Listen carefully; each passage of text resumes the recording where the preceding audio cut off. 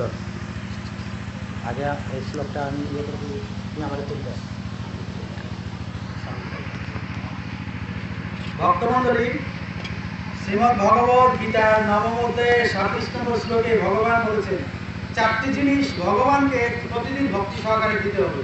প্রত্যেক ভক্ত প্রতিদিন ভক্তি সহকারে ভগবানকে চারটি জিনিস দেওয়ার জন্য ভগবান শ্রীকৃষ্ণ এই শ্লোকে বলেছেন। কোন চারটি জিনিস?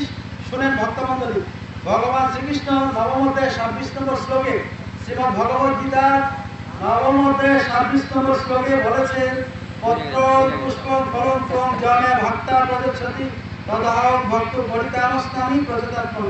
অর্থাৎ যে বিশুদ্ধ চিত্ত নিষ্কাম ভক্ত ভক্তি সহকারে আমাকে পত্র পুষ্প ফল ও জল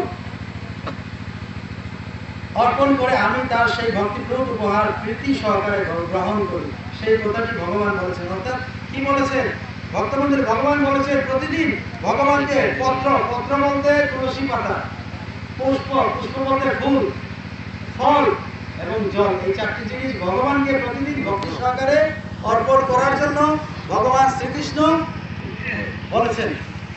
একটু পিছনে নাম সামনে যারা আছে একটু পিছনে।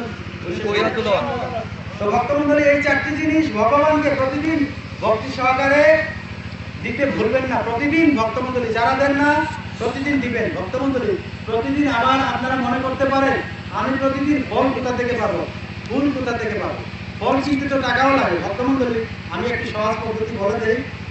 ফল কিনতে তো টাকা লাগে, কিন্তু আপনি যদি প্রতিদিন জোগাড় করতে না পারেন, তাহলে আস্তে আস্তে সামনে যাও, সামনে যাতে জঙ্গলি বেশি না যায়।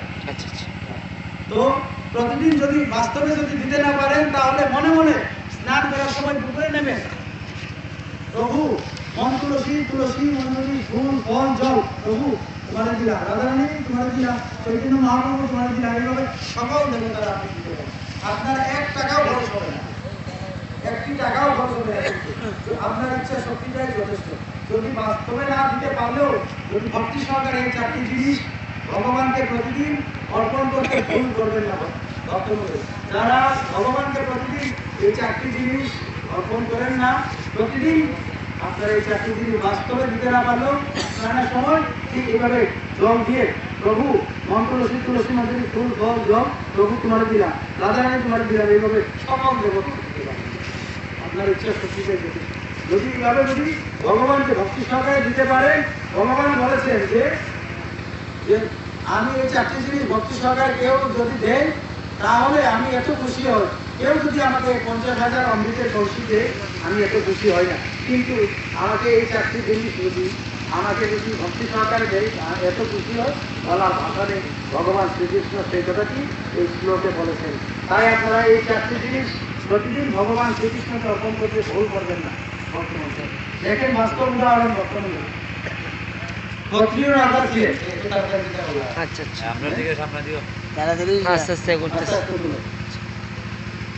দেখেন ভক্তমণ্ডলী, এই বাস্তব উদাহরণ আমি কিন্তু প্রত্যেকটা শ্লোকের সাথে অর্থ বলে এক একটা বাস্তব উদাহরণ দিয়েছি আপনার ভালো বোঝার জন্য। ভক্তমণ্ডলী দেখেন, বিশ্বসিংহ রাজা নামে একজন ক্ষত্রিয় রাজা ছিলেন। ভক্তমণ্ডলী, তিনি প্রতিদিন এই 4টি জিনিস ভগবানকে ভক্তি সহকারে অর্পণ করতেন। তার এই ভক্তি সহকারে অর্পণ করে ভগবান শ্রীকৃষ্ণ তার ইয়েতে এত খুশি ছিলেন, এই বিশ্বসিংহের সেবায় বলার ভাষা নেই। তিনি কিন্তু ক্ষত্রিয় রাজা ছিলেন। বর্তমানে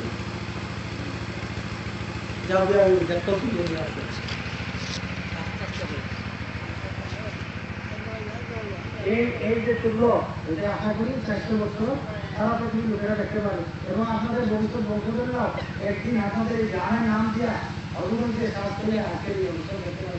আশা করি 400 বছর এটা থাকবে আমেরিকায়, আমি এটা জুড়ে যাওয়ার পর। তো ভক্তমণ্ডলী দেখেন, এই 4টি জিনিস ভগবান শ্রীকৃষ্ণকে এই বিশ্বসিংহ রাজা ভক্তি সহকারে অর্পণ করতে, তার এই যে এত খুশি ছিলেন এই রাজার প্রতি, এই 4টি জিনিস ভক্তি সহকারে অর্পণ করার কারণে। তো এই রাজা বিশ্বসিংহ রাজা একদিন একাদশীর পরের দিন দ্বাদশীর দিন এক বৈষ্ণব সেবার আয়োজন করেছিলেন। সেই বৈষ্ণব সেবায় ভগবান শ্রীকৃষ্ণ কি করলেন, আমার পরম ভক্ত বিশ্বসিংহ বৈষ্ণব সেবার আয়োজন করেছিলেন। তার বৈষ্ণব সেবায় আমি যাব বলে তিনি কি করলেন, ভগবান শ্রীকৃষ্ণ ওই যে তার সেবায় সন্তুষ্ট ছিলেন, সেই কারণে তার বৈষ্ণব সবাই যাবার জন্য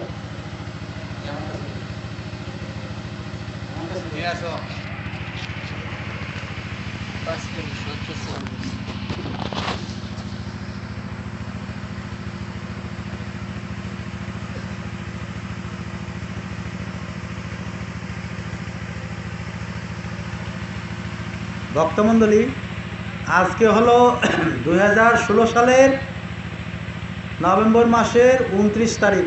2016 সালের নভেম্বর মাসের 29 তারিখ আজকে বাংলাদেশের হবিগঞ্জ জেলার বানিয়াচং থানাধীন গ্রাম দৌড়া গ্রামে আজকে স্বপন বাবু, স্বপন কি নাম, স্বপন দাসের মায়ের মা মারা গেছেন। মা মারা যাওয়ার পরে আজকে তিনি মা মারা যাওয়ার পর শ্রাদ্ধ গতকালকে হয়েছে। তো আগামীকালকে তিনি অষ্টপ্রহর কীর্তনের আয়োজন করেছেন। অষ্টপ্রহর কীর্তনের আগে, অধিবাসের আগে তিনি গীতা পাঠের আয়োজন করেছেন। ভক্তমণ্ডলী, গীতা পাঠের আয়োজন করেছেন। এই গীতা পাঠে আমি ব্রজেন্দ্র কুমার সিংহ, মৌলভীবাজার, কমলগঞ্জ, মাধবপুর, বাগবাড়ি থেকে এসেছি আজকে উনার পাঠে গীতা পাঠ করার জন্য। ভক্তমণ্ডলী, আজকে হলো 2016 সালের নভেম্বর মাসের 29 তারিখ।